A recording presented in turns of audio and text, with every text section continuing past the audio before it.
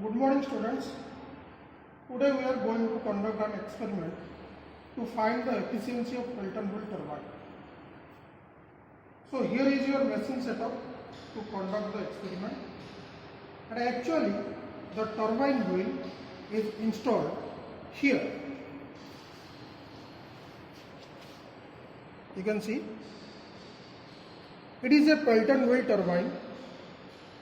Double hemispherical buckets are there at the periphery of the turbine. These are double hemispherical buckets installed at the periphery of the turbine. You know that a turbine converts hydraulic energy into mechanical energy, and if we install a generator to this shaft of the turbine, we can generate electricity actually. So finally we can say that a turbine converts hydraulic energy into electrical energy. Here are the different parts of the machine setup. This is your water tank. Water is stored here in this case. But in actual power plants, we generate electricity. Where we generate electricity, we store the water in water reservoir or in dams. Make sure that this water tank is free from dirt or any dust before starting of your experiment.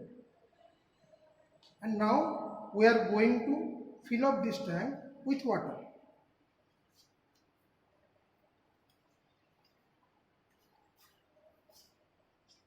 So this is your centrifugal pump. This is your centrifugal pump. This pump is driven by this 15 HP motor. The water then lifts off through this pipe. The water then lifts off through this pipe when we start the motor. This machine runs on 3-phase power supply. So before starting the experiment, mark that electric switch is in off position. After filling the tank with water and with necessary precautions for your safety, you can start the machine. So after switching on the water, after switching on, the water flows through this pipe. Here you can see that this pipeline is divided into two parts. This is one part and this is another part. One section goes to the turbine and another is your bypass pipe. This is your bypass pipe. And there is a bypass valve. When you fully open the bypass valve, the water directly goes to the tank by this bypass pipe. When you gradually close this valve, the water starts flowing through this pipe. Now you can see there is a pressure gauge installed at this point of this pipeline. This pressure gauge shows the pressure head or pressure energy or simply head of water flowing through this pipe. We can increase or decrease the pressure head by regulating this bypass valve. That means by allowing more water to flow through this section of the pipeline. Here we are generating the pressure head, the necessary pressure head or pressure energy of water with the help of motor and pump arrangement. This motor and pump arrangement, we are generating the necessary head of the water. But in actual case, in power plants, we get this pressure head from the height of the water level that is being stored in water reservoirs or in dams. After that, there is an orifice meter installed in this pipeline to measure the discharge or rate of flow of water. There are two pressure gauges at the inlet section and at the outlet section of the orifice meter. By taking the readings from these pressure gauges, we can calculate the rate of flow or discharge through this pipe. So water is now flowing through this pipe. After closing this bypass valve, the whole water, the total water starts flowing through this pipe. As it is moving with some velocity, it has some kinetic energy. That means the water has some kinetic energy. And there is a nozzle installed inside this pipeline. From outside it is not visible, you can see. But from here you can see the tip of the nozzle. There is your tip of the nozzle.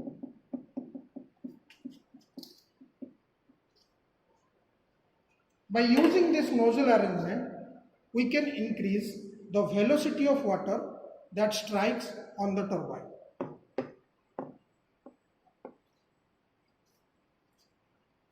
As the area of the tip of the nozzle is very small as compared to this pipeline, the outlet velocity of water coming out from the nozzle increases.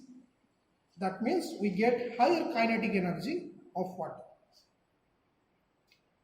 Now the water with high velocity strikes the turbine blades.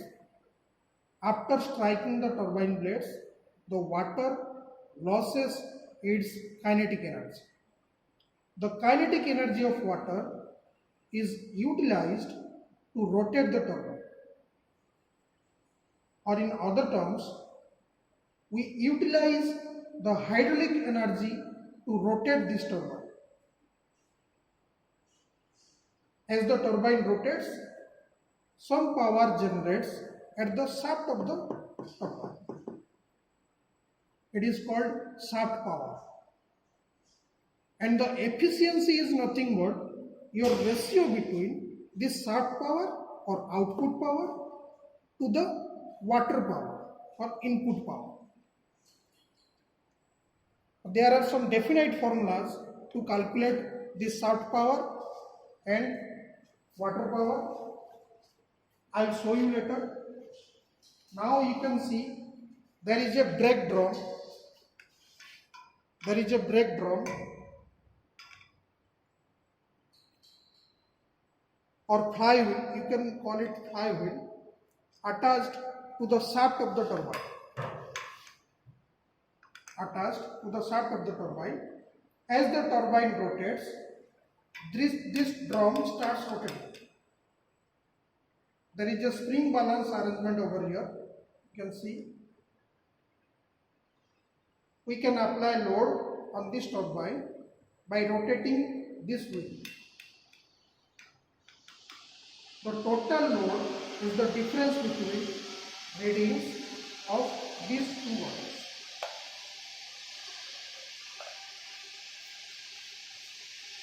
You can see the ropes. You can see the ropes are there on the periphery of this drum.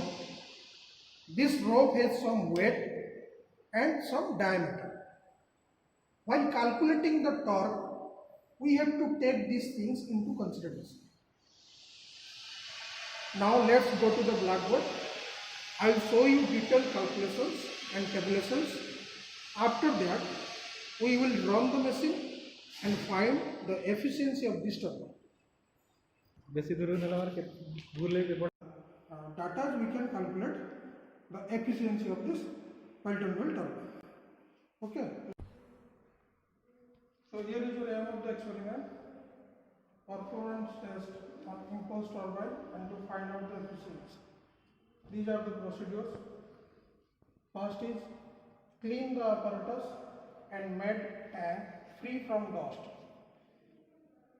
Second one is close the drain valves provided. There is a drain valve at the bottom of the tank. We should close it. Next, ensure that on or off switch given on the panel is at off position. This is for your safety. Next, check the tension of the rope. There is a rope break dynamometer. We saw that. We applied load by using that rope break dynamometer. Next, you should check the tension of the rope. Tension of the rope. It should be loose. That means at the starting of the experiment, there should be no tension in the rope. Next, check the bypass valve. Should be fully open at the starting of the experiment. Next, now switch on the main power supply. It is a 3-phase supply. It works on 3-phase supply. Next, turn on the starter provided on your turbine. Next, adjust the spear valve for maximum speed. After that, adjust the bypass valve for desired inlet water pressure. Next, load the flywheel by tightening the wheel up to 1 kg for fast reading, or you can take the readings in no load condition without applying any load. But initially, gradually you have to increase loads. Next is record the pressure readings, pressure differences of orifice meter, speed of the flywheel, then spring balance reading. First one is pressure reading for head. For finding the head of the water, there is a bottom tube pressure gauge installed on the pipe. From there we can find the pressure readings for head. Next is pressure difference of orifice meter. There are 2 pressure gauges. You have already seen that at the inlet of the orifice and at the outlet of the orifice. This shows the pressure difference of orifice meter. Next, speed of the flywheel. Speed of the flywheel. We can measure it by using a tachometer. Next one is spring balance reading, or your load. How much load you are providing or you are giving. Next one is repeat the experiment for different load. Initially we are taking 1 kg load, then gradually we follow the same procedure from procedure number 1 to 11 for different type of loads. And here is your calculation part. First is your observation table. These readings we can get from your Pelton wheel turbine during the running of the machine. First one is RPM of the flywheel. Next you will pressure head of the water supplied to the runner. This is in kg per centimeter square. This P1 and P2, this is inlet pressure at the orifice, and this is outlet pressure of the orifice. From these 2 pressure we can get the discharge Q. And next one is W1 and W2. W1 is load on one side of swing balance, W2 another side of swing balance. The difference between this W1 and W2, you can get the actual load. Start, sir. Next, how to find out overall efficiency of an impulse turbine or Pelton wheel turbine. This is a simple formula, normal formula. You already know these things. This is overall efficiency is equal to shaft power divided by water power. These things already has been taught in your theory paper, in your classroom. Shaft power divided by water power. Shaft power is nothing but your output power. Water power is nothing but your input power. We are giving input power as water power. Water power means the kinetic energy of the water that is driven by a centrifugal pump at high pressure and high velocity. The water impinges on the turbine blades. That is your water power. Okay, and the power generated at the shaft of the runner. Power generated at the shaft of the runner, that is your output power or shaft power. The efficiency of the turbine is nothing but output divided by input. Output power is your shaft power, input power is your water power. And there is definite formula for shaft power and a definite formula for water power. Okay, next, efficiency is equal to output power divided by input power into 100. Next, output power or shaft power is equal to 2 pi nt divided by 60,000 in terms of kilowatt.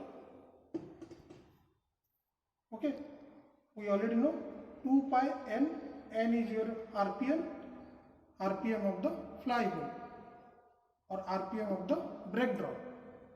Next, T is your torque. How much torque is generated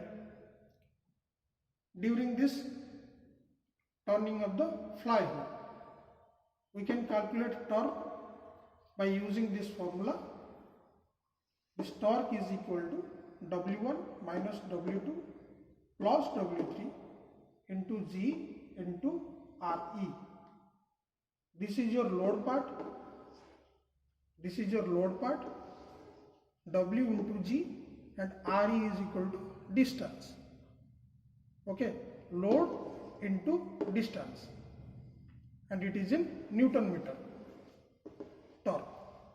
So RE is equal to equivalent radius. RE is equal to equivalent radius. How to calculate that? RE equal to dP plus 2 dr divided by 2, and it is in meter. dP equal to dia of brake drum or your flywheel, diameter of the flywheel, that is dP, and diameter of rope, that is equal to dr. Okay, next, equivalent radius or RE we can find by using this formula, and we can put the value of RE in this formula, and G equal to 9.81. Next, W1 value, W2 value, you can find these values from spring balance, and W3 is equal to weight of the rope. We can neglect it, but if you want, you can add this also. W3 value, weight of the rope. Next, input power or water power or kinetic energy of the water, we can say. Input power is equal to rho into G into Q into H divided by 1000 kilowatt. Q or discharge we can measure from the readings of orifice meter pressure gauges, or there is a direct formula. Q is equal to CD A1 A2 root over of 2GH divided by square A1 square root over of A1 square minus A2 square meter cube per second discharge. Or these things can be converted into a constant. These things CD A1 A2 A1 square minus A2 square, these things can be converted into a constant for a specific orifice meter design and a pipe design. So this thing here I write it as K.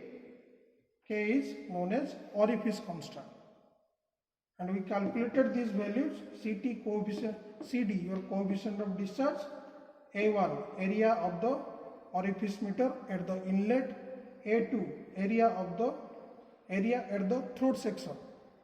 Okay, we calculated these values and put it as K, that is 6.72 into 10 to the power minus 3. So I can write discharge Q is equal to K root over of H. Here is your H. Okay, these values already calculated, A1, A2 and 2G root over of 2G already calculated and formulated as K. Okay, so Q equal to, I can write Q equal to K root over of H. So K equal to, find out to be 6.72 into 10 to the minus 3. H equal to total head of the water. Total head of the water, we can measure it from the pressure gauge installed at the pipeline. That pressure gauge reading shows in kg per centimeter square, and we can convert it into meter by multiplying 10. So it is in meter now. Total head of water in kg per centimeter square into 10. That is in meter. That will convert it into meter. Next is your H. This H. This H. Pressure difference at orifice. Pressure difference at orifice. The pressure difference between pressure gauges installed at inlet and outlet.